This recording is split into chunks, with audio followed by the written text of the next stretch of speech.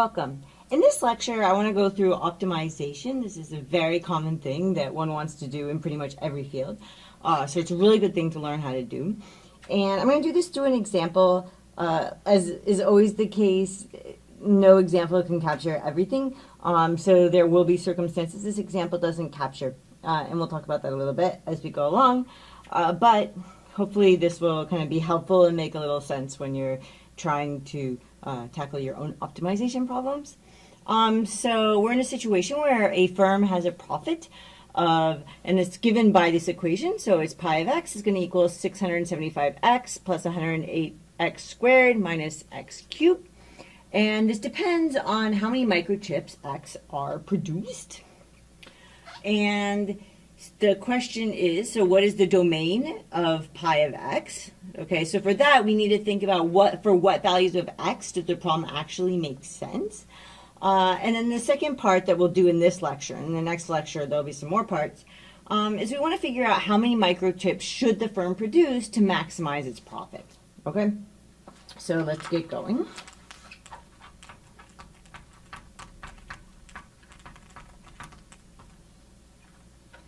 So for the first one, we just need to think a little bit, okay? So we're talking about microchips produced. So it doesn't make sense to talk about having negative microchips produced. You can talk about a negative increase, then it's a decrease. You really can't talk about having a negative number of something, okay? So it's not going to be negative. The other thing is that microchips aren't something that you're going to talk about having half of or something like this. And actually worked out the numbers so that you don't end up with half when you're at the maximum, okay? So if we think about it, what we really need is we need that things are integers, okay? So we need that they're integers, and I'll write this in several different ways because I know this notation is a little funny, maybe. So we have the integers, and then we're going to intersect this with, and then, so this is the non-negative numbers. Okay, so we have non-negative integers, so another way to write that is just write it in several different ways so that you kind of see the different ways that one could notate this, right? We've talked about intersections before, so when I write something like this, it means I have to be both an integer and a non-negative number. And another way sometimes one might denote it is like this. I tend to like this notation because I feel like it's somehow self-explanatory. And then the other one is, we say the set of all integers x so that, and then we have 0 is less than or equal to x is less than infinity. Okay, so i.e. we're talking about non-negative integers. So i.e. non-negative integers. Okay, so the set of all non-negative integers. So those are the possible inputs that make sense because the inputs are microchips, like a number of microchips. They have to be integers. You're not going to have a negative number of microchips. Okay, so the second part is something where we actually need to do some computing. So we want to know how many microchips should the firm produce to maximize its profits. And we're going to use tools from that we've been using along the line that we've been developing, right? When you talk about the maximum of a function. So we've been giving some tools on how to find that and so on. And this is an application, okay? So we need to check critical points and domain endpoints. So we need to check, right, by all of the stuff that you've been learning, we know that we need to check critical points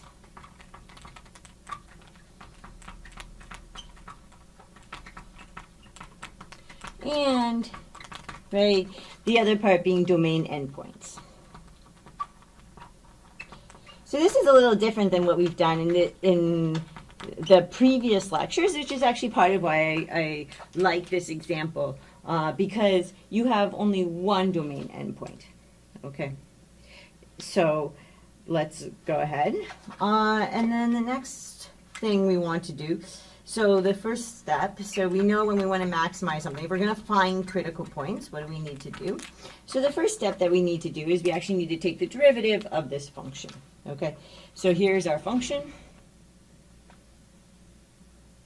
right? And I'm going to need to take the derivative of this, okay? So I'm going to get, and we're taking it with respect to x, because x is the thing we want to maximize with respect to 2 because we want to maximize this function depending on the number of microchips. Okay, so we want to take the derivative with respect to x of that function. So we have the function pi of x is going to equal 675x plus 108x squared minus x cubed. Okay, and then this is just a polynomial, even though we have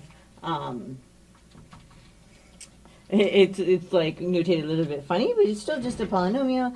So we're going to have that pi prime of x is going to equal, right, so this is the derivative with respect to x.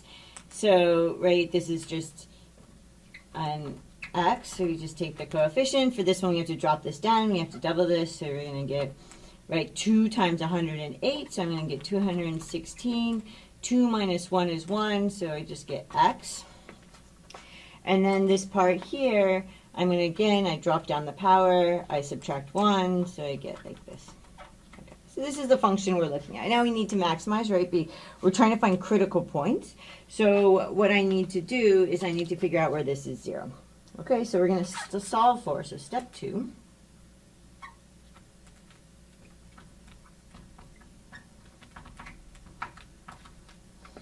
Is I want to solve for x equals 0.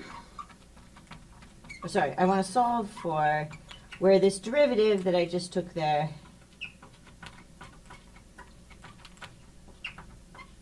is going to equal 0.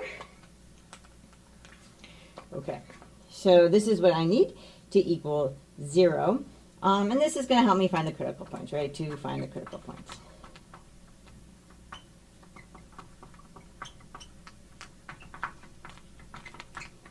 Okay. Well, my derivative is right here, so that goes down to here.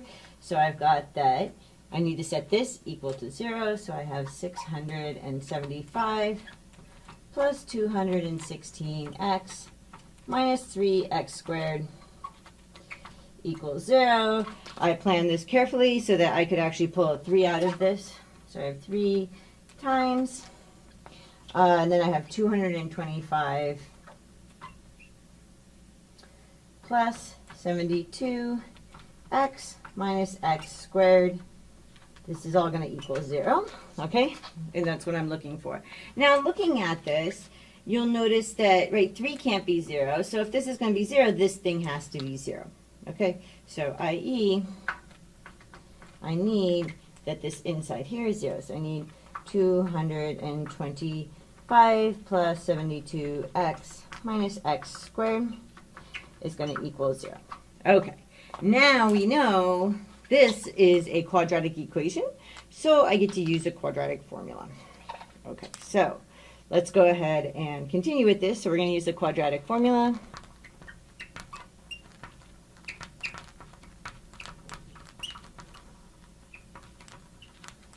Okay, so we're going to have, right, this is the quadratic formula song. It really helped me. I actually learned that in university, not when I was in high school. Right, which is x is equal to negative b plus or minus the square root of b squared minus 4ac all over 2a. It's the only way I could ever remember that, and please forgive me for my horrible singing. Okay, so we have x is going to equal, and then I have negative, and I'm going to put colors with each of these so that we can kind of line up what's going on. So I have x is equal to, so the colors that I decided to use, right, so I have the A, B, and C here. Let's keep this a little bit consistent so I don't make mistakes. So we have, my A here is negative 1, right, that's a coefficient in front of x squared, is always my A term, and then my B term is going to come from the coefficient in front of x, so that's my B, and then my coefficient in front, or my constant term is always my C. So this becomes x is equal to negative b plus or minus the square root of b squared minus 4. And then we have to do this a times the c. Oops. So this is my b. So my b is equal to 72. Maybe it's easier if I just explicitly write these out. And c is equal to 225. Okay. And then I have my A and C. And this is all over 2A.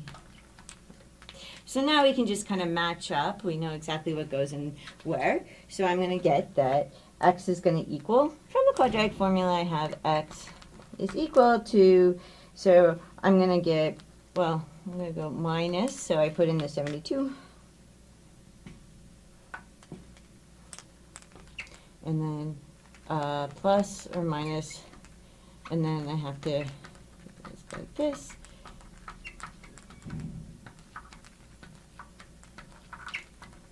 Okay, so the B goes here, so my B 72, let's look for this. Okay, those are the only two places the B goes. My A goes there, and that's minus 1. And then my C should come from here, so that should be 225. Okay, so using this quadratic formula, I'm going to get two solutions that make this 0, right? The question, though, is whether those are actually in the domain. But let's just write them for now. So we get 75 and minus 3. Okay. This one is not in the domain, right? So this is important. So what we have going on here is that this is not in the domain. It's a different color than that. I don't know if you can tell that. So minus 3 is not in domain.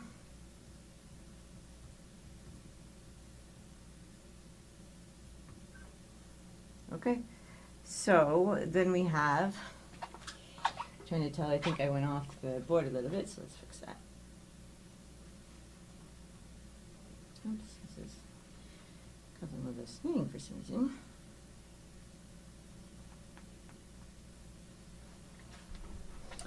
Okay, so this one is, so minus 3 is not in the domain. So I have one critical point to worry about. So this one is going to be my critical point. Or, yeah, so this is the relevant critical point.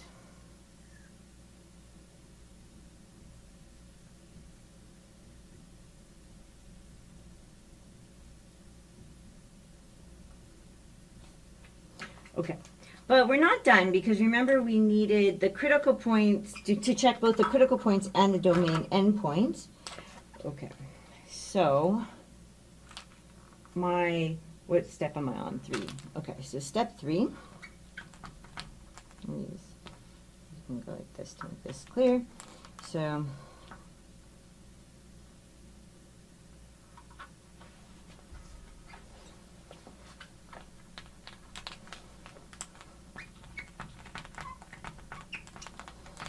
for step 3, what I need to do is I need to check the domain endpoints.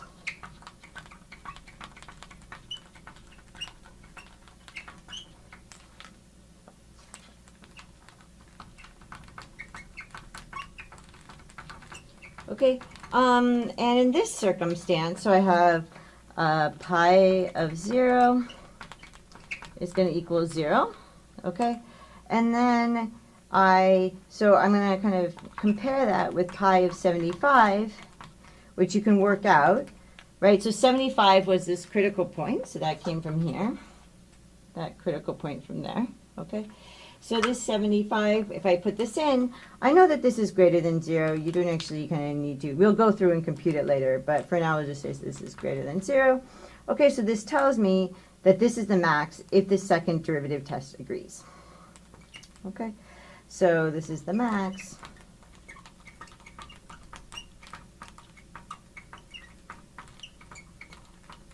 If the second derivative test agrees. Okay, so I'm going to get, and we'll do that in a later step, but this is going to tell me that actually x equals 75 microchips is my answer.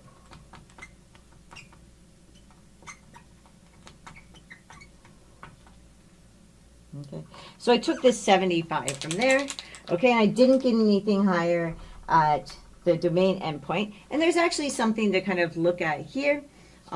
Which we'll kind of see later when we sketch the graph is that because this is infinite, we needed to make sure that the limit doesn't go to positive infinity, that it's actually going down, which it does. Okay, so here's kind of our summary. So what did we do? Okay, the critical points, how did we get them? We got them, they came from where?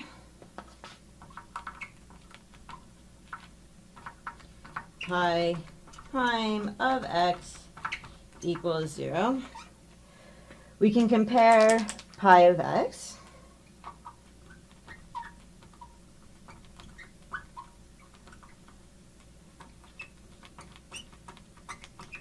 Okay, so not, this is important, we stuck the critical points and the endpoints into pi. We did not stick them into our derivative, okay? So we compare pi of x, not pi prime of x, okay? For the critical points and domain endpoints. So for the critical points and the domain endpoints,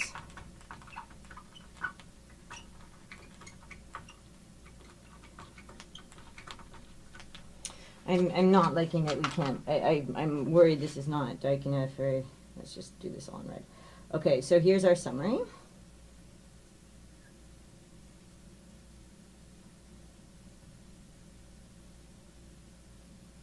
Okay, so the first thing was that the critical points, never hurts to repeat things anyway, so the critical points, right, were where, so they were the x values where we had that the derivative was 0. So in this circumstance, we're looking at the derivative. This is kind of a tricky thing that you have to really keep track of when you're talking about the derivative and when you're talking about the original function. And then the next part that we want to do is we want to compare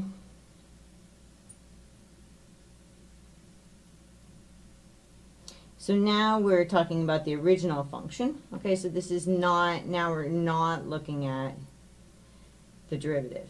Okay, so we set the derivative equal to 0 to get the critical points, but then when we're comparing, because we're actually looking for the function's maximum, we need to compare outputs for the function. Okay, so these are for the critical points and the domain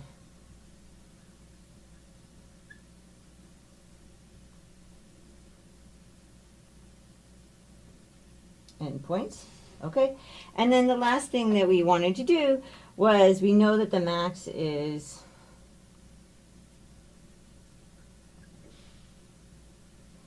the largest and the min is the smallest.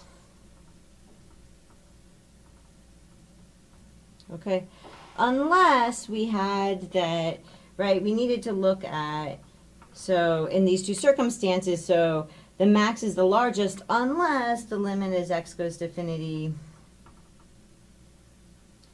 of pi of x was equal to infinity, and in the second circumstance, they would be equal to negative infinity. That would cause a problem. Okay, so the limit.